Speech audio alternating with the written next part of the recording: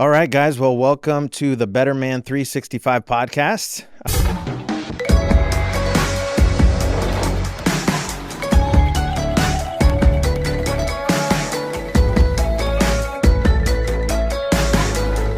My name is Marcos Perez. I'm one of the co-hosts, and we normally have a group of guys that are way uglier than the guys that that are on this podcast today. I'm surrounded by just some really, really incredible men, and really excited to introduce them to you. Many of you know our founder of Better Man 365, Brian Buckley, who's here with us today. Brian? I am so stoked to be here with you, Marcos. Thanks for having me. Awesome. And then we've got three really special guests that are with us today. And we have Delario. Delario. We have Chris Harper. Delario's the most handsome, by the way. He is. He is bringing up our right. average here, like Big time. Absolutely. We'll see about it when the video comes out. So. But Chris Harper, and then of course the legendary Robert Lewis. When I learned that Robert was going to be with us, and that Chris and Delario were Delario. You good? When I heard that Chris and Delario and Robert were going to be with us, I said, there is no way that we can pass up the opportunity to put these guys on a microphone and just have a time to share. So there's a lot of people listening on this program that don't really know the name Robert Lewis necessarily. The ministry, these guys are from Better Men Ministries, based in Dallas, Texas. And they have connected with us in some really special ways. So we want to kind of walk you guys through how we got connected, but you really need context though. And Robert Lewis is a man that has impacted, hundreds of thousands of men throughout the world over the last couple of decades. He was a pastor in was it Little Rock? Little Rock, Arkansas. Mm-hmm. Led a church out there, an amazing ministry out there. And I remember hearing about Robert in the early 2000s when he had a men's ministry out there called Men's Fraternity. And I was a part of that church. And I remember the number being around 1,200 in my mind. Mm-hmm. Is that about how many there was men? about 12 to 1,500 guys coming out every Wednesday. Wow. So let's start there. If you could just, Robert, just walk us through, your history in ministry and the impact that you were able to have on men over the years. Yeah. Well, I actually came back to Little Rock. I went to the University of Arkansas. I came back to Little Rock to start Fellowship Bible Church. So I was a young pastor in the 80s and then early 90s. And it was a time in which there was a lot of foment in our culture because of the 70s with the sexual revolution, then feminism. But all that was really being felt at kind of the everyday level in the 90s, because men were suddenly they were having to compete with women in the workplace. Their wives were wanting to work. It was just a social upheaval taking place, and men were uncomfortable. And some guys in our church said to me, "Hey, would you start a study on manhood?" And I thought, yeah, that'd probably be good. I need to know about manhood because I grew up in a home where my dad was an alcoholic. He wasn't around very much. I've really felt like I grew up with an invisible dad, but I learned real quickly that I'm not alone. There are hundreds of thousands of guys that have stories kind of like mine, but I knew that I needed to learn about manhood. So these guys saying, "Hey, let's do a study on manhood," I said, "Hey, if you want to do it together, I'll do it." So in 89 to 90, we kind of stumbled through me trying to create some stuff from the scriptures that would match up with our experience as men in 1990 with this social revolution. And I have to say it was mediocre at best, but we finished together, and some of the guys said, "Hey, this is stuff we need to be studying." So for the next 3 years, I just researched manhood and did an every Wednesday meeting with men in the church, and some of them invited friends in the community, and it was okay. But about the third or fourth year, that's where God showed up. And it suddenly, for whatever reason, maybe it's just because I was getting my feet on the ground in the scriptures, but it exploded, and it went from 50, 60 guys coming on a Wednesday morning to then it doubled, then doubled again and doubled again. And by the mid 90s, it was 1,500 guys coming out. We had to have police on the street at 5:45 in the morning to get everybody parked and in the building. And this would have been around the time that men filled the stadium in Promise Boulder, Colorado. Keepers was really going at that 94. time. So there was a connection with me, with them. But all that to say, it was a thrilling time where I was learning about manhood as I researched manhood. Yeah. And it began to change my life, my marriage, my idea of parenting. I wrote Modern Day Night off of that with 3 other dads who wanted to join me in a journey of raising our sons together. So let me pause you right there. Okay. So I brought my copy of Raising a Modern Day Yeah. Night. There's my camera. Raising a Modern Day Night. This is a book that I bought about 15 years ago. And there's not, I've said this before I met you, so now I can say it, and I know I feel good because I'm not lying. Okay. There's You not got you on record. There's not been a single resource that's had a greater impact on me as a dad than this book.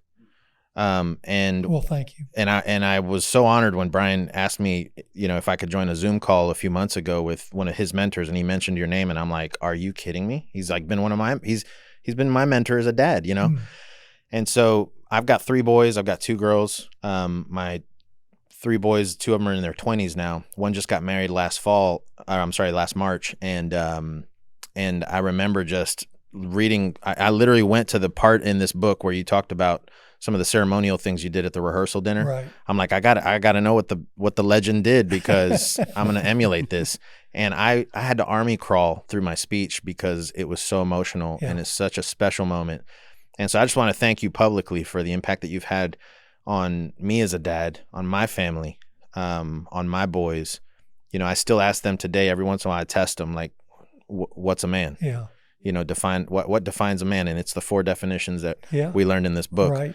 which, if you're wondering, it's a man. Now I'm drawing a blank because I'm on a podcast. Passivity. But yes, a man is someone who rejects passivity, leads courageously, Accept accepts responsibility. Well, actually, let me go back to the beginning, because that's what. Yeah. So it's a man who accepts responsibility, rejects passivity, leads courageously, and expects a greater reward, Right. God's reward. That's right. And so I test the boys. They've carried that definition with them. It's impacted the way that they view life, and decisions they make. And so I just want to thank you again. But let's jump back into the story. Hey, I will say one little thing, since you mentioned Modern Day Night, just to give a little kind of next generation. 4 weeks ago, I sat at my house around a campfire in the backyard with my sons, with my son-in-law, and 2 grandsons. And we did a ceremony where we introduced that grandson to the definition of manhood. Oh, that's awesome. But the most powerful sharing was from my grandsons with each other and my son, talking about learning that definition together, about what it means to be a man. So it just goes generationally, but it has the same impact. I sat there kind of almost in tears listening to the sharing, going, this stuff is making a difference. Yeah, it really This does. is making a difference. It really does.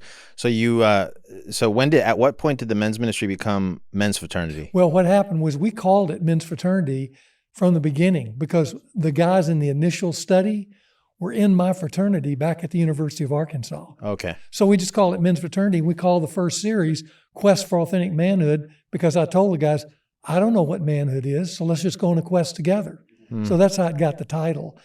But by the mid-90s, we had churches calling us, wanting to come sit in our auditorium and see what was going on, because having 1,500 guys coming out every week for a year, that just wasn't happening. I mean, Promise Keepers was filling stadiums, but nobody was filling a church sanctuary like I was. Every week for a year. Exactly. Yeah. So about the mid-90s, Lifeway Publishing came in because they were hearing about it.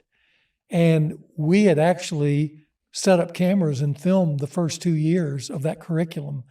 And Lifeway looked at the videos and said, we'll take them as is if you'll let us take these curriculums and start sharing it. And it was the 3rd year, I think. So I went and spoke at the Southern Baptist Convention. They announced these curriculums were now going to be offered through Lifeway. And I tell you, the next 10 years were some of the most exciting years of my life because, you're not doing anything. You're on video. Yeah. But to see it go from The a multiplication local impact. group, 1,200 guys in an auditorium, and 5 years later, there's 1 million guys Wow. going through it around the United States and in 12, 13 countries. And then I ended up traveling the world, speaking in those countries on behalf of men's fraternity. So what were those 10 years? What years were they? They were 1995 to 205. Okay, so 1995 to 205. So now let's bring in Brian, because towards the end of that 10 years, Brian, now this is the first time Brian and I are on the podcast together, so this is actually a special honor, and it's also Brian's birthday, so we got all kinds of cool things that are like culminating it's a happy here birthday today. at the same time. You don't want, I mean, I'm a good singer, but I'll spare us because we're running, we have to keep the schedule tight here. But so Brian, so towards the end of that 10-year period, it's the early 2000s, and God's now stirring an insurance sales guy in Central Florida about starting a men's ministry or a men's event. And so bring us now into the story, how Robert impacted you as a man. So it was August 28th, 2004. We have a meeting at our church to see where we are supposed to be in the next upcoming ministry season. And I said to the Lord, as I'm in this meeting with about 400 people, I know where I don't want to be. I don't want to be in men's ministry. I was at a men's ministry meeting 2 weeks earlier. There was 3 guys in front of a VCR tape with cold pancakes. It was awful. I walked out saying, I'll never go to another men's meeting again. This is terrible. That's what cold pancakes will do. So when I bowed my head at that meeting and prayed and I said, Lord, I think it's going to be youth or finance team. Which one is it? He spoke to my heart, Marcos, and he said, don't step off with men, but step up. And I basically went to my pastor after the meeting and said, this is what I feel like the Lord spoke to my heart. He says, you have no idea how long we've been praying for someone to lead our men. And that's what birthed Better Man, the event. Now, it didn't start off as an event. So I gathered about 20, 30, 40 guys, and we started to do a Bible study on Friday mornings. And that Bible study utilized The Quest for Authentic Manhood by Robert Lewis. Didn't know Robert from Adam, but someone had recommended it to us, and we use it. And it served as the foundation to this ministry, starting off with weekly Bible studies on Friday morning. Guys would get together for breakfast at 6 a.m., 7 a.m., and that's what started this ministry called Better Man that went into a situation that instead of, in 2005 was our first event with 40 guys. And as Robert was saying about the doubling, in 21, we had over 300,000 men in 19 languages and in 60 countries that were affected by this ministry that started with the Quest for Authentic Manhood back in 2005. Awesome. Crazy stuff. So we're just a microcosm. Brian, myself, we're a microcosm of the impact that your legacy, that your content, that this content you've put together, whether it was Modern Day Night or the Quest for Authentic Manhood and other things. I mean, you've written a lot. And we'll talk about the Better Man curriculum now that you guys are out there, and that actually our podcast team has been going through, and it's really just been amazing. But we're just a small example of the impact that you've had through all these years. And now as we're entering this new era where I'm stepping into this ministry, Brian and I have been going through this transition together as we're planning this year's event. And we get on this Zoom call, and I'm just like sort of goo goo gaga over here that this guy that's impacted our family for so many decades has graced us now with this Zoom call, and we're sitting here talking now about your ministry and the potential of us working together, and now we've said this in previous podcasts, but we sort of retooled the vision for Better Man 365. And the easy way for us to describe it is encounter, renew, rise up. And knowing what our lane is, that our mission is to encourage men to encounter God. Like, that's our mission. It's what we do. Is we want to create spaces and environments for men to encounter God. But you need more than an encounter. The encounter is the first step, right? And so we see it as an opportunity to to introduce men to encounter the love of the Father, a living God, a loving Father, that may never step foot in church, but they'll come to an event where Denzel Washington is speaking, or where, Tim Tebow is speaking, and, that sort of thing. So that's our lane. And then we started talking to you guys about this opportunity to come together to work together, that, hey, y'all are, you telling us you guys are great at this event thing. Well, we got this curriculum thing covered, and we got this discipleship thing covered. What does this look like if we kind of, work hand in hand here? Hey guys, a lot of times in these podcast recordings, we're going to discuss topics that are derived from one of the great curriculums that we're working with right now from Better Men Ministries. They have a core curriculum. It's 11 weeks long. And our team's been going through some of this curriculum. Wanted to let you know that some of the things that we're discussing are coming out of this curriculum. And so we hope that you'll take the opportunity to be a part of this curriculum as well, sometime in the future, either alone, with a group of men, at your church. It's a fantastic resource, and I just want to encourage you to be a part of it. Subscribe to the podcast and follow us at Better Man 365 on our social media platforms.